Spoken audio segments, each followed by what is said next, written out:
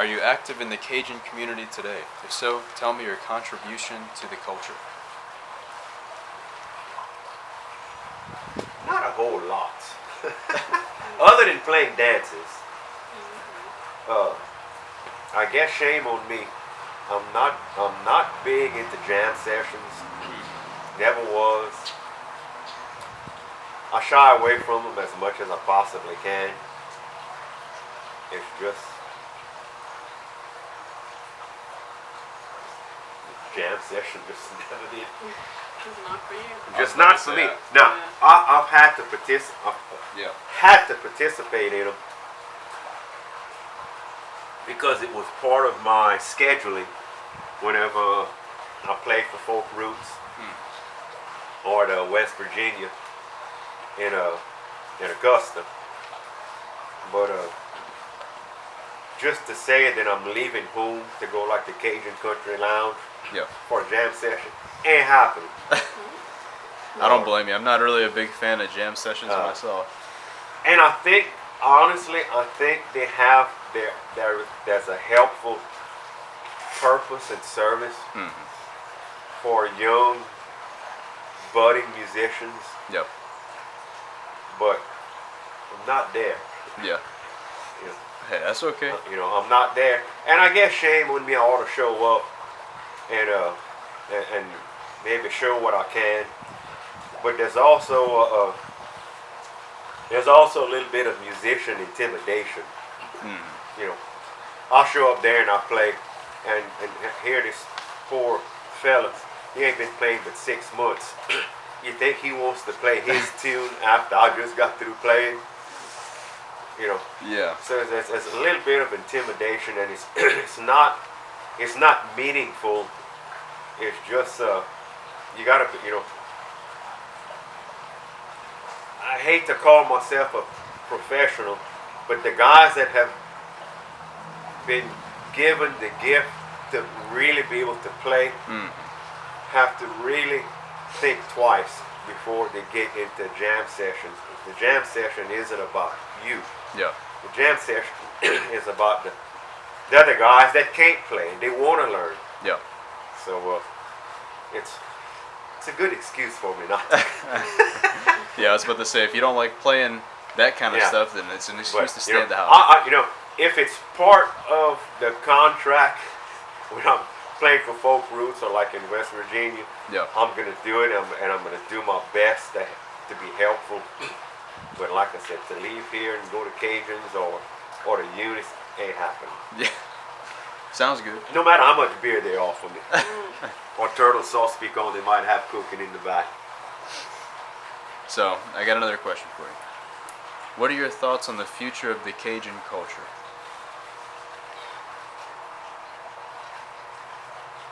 It's if to be totally frank with you and honest, it's in trouble. It's truly in trouble. If it doesn't get pushed harder in the schools with meaningful local teachers that have their heart into it, not teachers from France or Canada,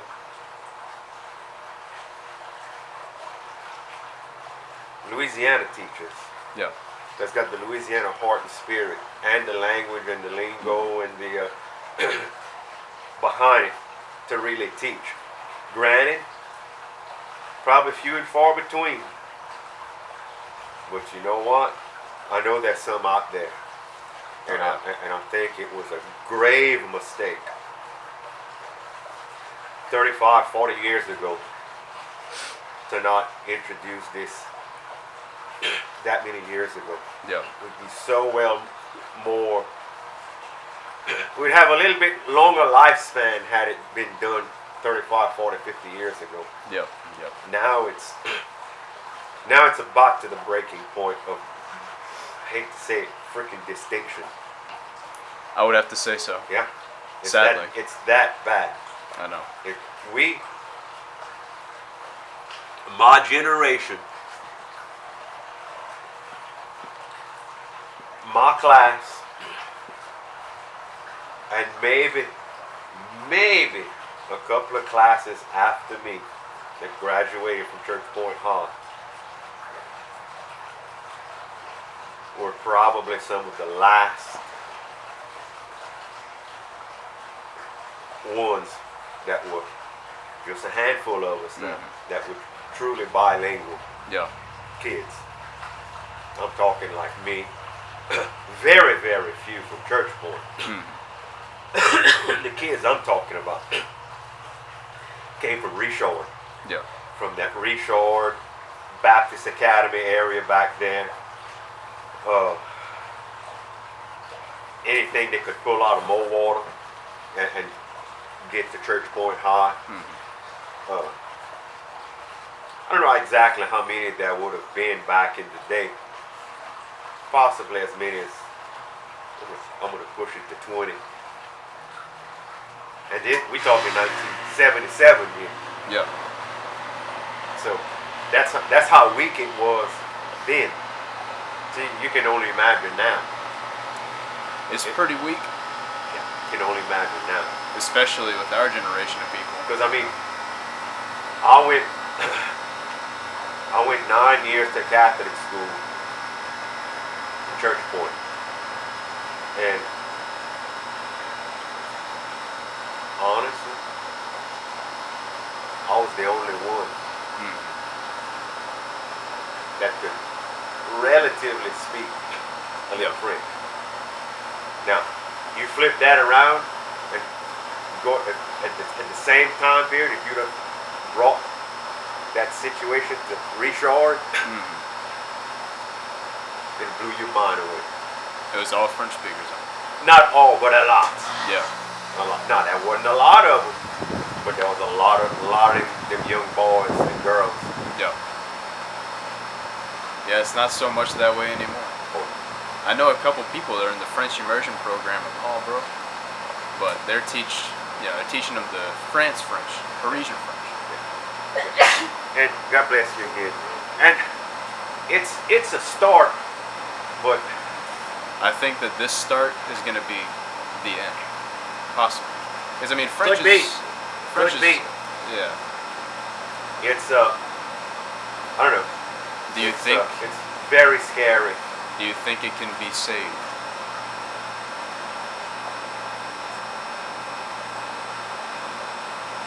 Probably not. Probably not. See, like Rush Limbaugh, with the cultural rot that we're all in right now, thanks to the iPhone and all the garbage that's on the iPhone, the garbage that's on TV, the radio, it's got a hard battle to. Well, there's so much going against everything that. Yeah, everything's going against it. Everything. Terrible. It is what it is. What else you got? Let's see. I think I got one more question. Okay.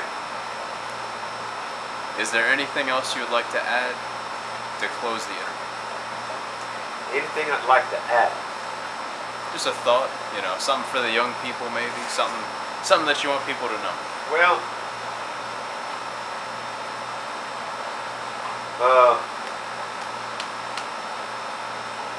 not that it does any good for young people to know.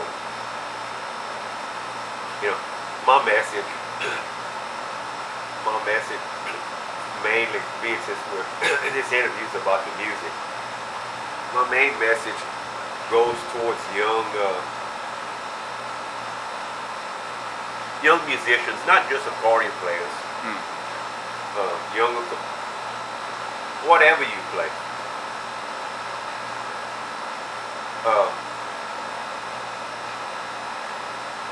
There's no substitute for practice. Yes. No substitute for practice. No substitute for humility in what you do and how you do it.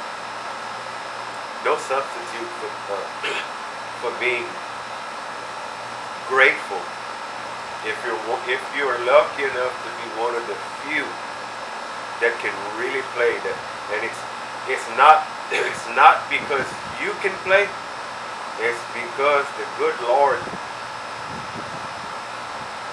loaned the talent to you. Rush used to say that all the time. Talent on loan from God. And when you stop and think about it, to me it makes a lot of sense.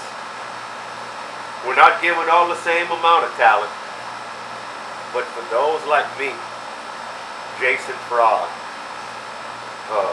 Steve Riley, so many others, really good accordion players. We've got this talent for a reason. We've got this talent for a reason. Don't be a dipshit with it. Yeah. Use it well. Use it well. Use it well. Be great. Grateful that the good Lord loaned it to you for a few years. Yeah. And be willing to help somebody else that's struggling. Had I had the help when I was a young musician that I have given over the years to other people,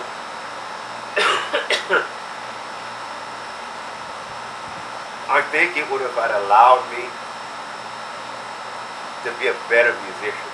I would have had to struggle so hard as a young musician to get where I got in life. Yeah. And had I had somebody give me a few pointers very early on, hey, do this like this, do that like that, and that's why you do it like that. Yeah. Give me some reasons on why it's done such a way. Well, of course. Yeah, and if my dad would have played guitar, or any of my brothers would have played guitar, and if I'd have had any other musicians in the family to tell me, hey, look, that accordion's nice, but you need to learn chord structure so that you understand what you're doing. Yeah. Didn't have none of that. I grew up, playing the accordion, and it's all I ever wanted to be was just a sit down accordion player, play with the back porch, mom and dad, and whoever else wanted to listen. Never ever was my intention to be who I am today. Well, of course. It just happened that way. And that would be my message. Practice. Practice. And be grateful. Practice. Be thankful and humble for what you have. And don't be so doggone eager to get on stage and show off. Yeah. Learn from, pick you a master musician to idolize behind. A lot of I've had these questions in class several times. Who should we learn? Who would you suggest to learn from? Well, I'll tell them in a heartbeat. Got some good ones out there. Aldous Roger, Henri Lejeune, Mark Savoy. Any of those three right there, you can't go wrong. Any of those three, Mark Savoy, Aldous Roger, Henri Lejeune, those three right there, if you can pick up half of what they know, you're doing pretty damn good. And if you can pick up half of what they know, well, why not go for the other half? Might as well. You're already Don't halfway ever there. stop. Never stop trying to learn. Why would you pick on a mediocre accordion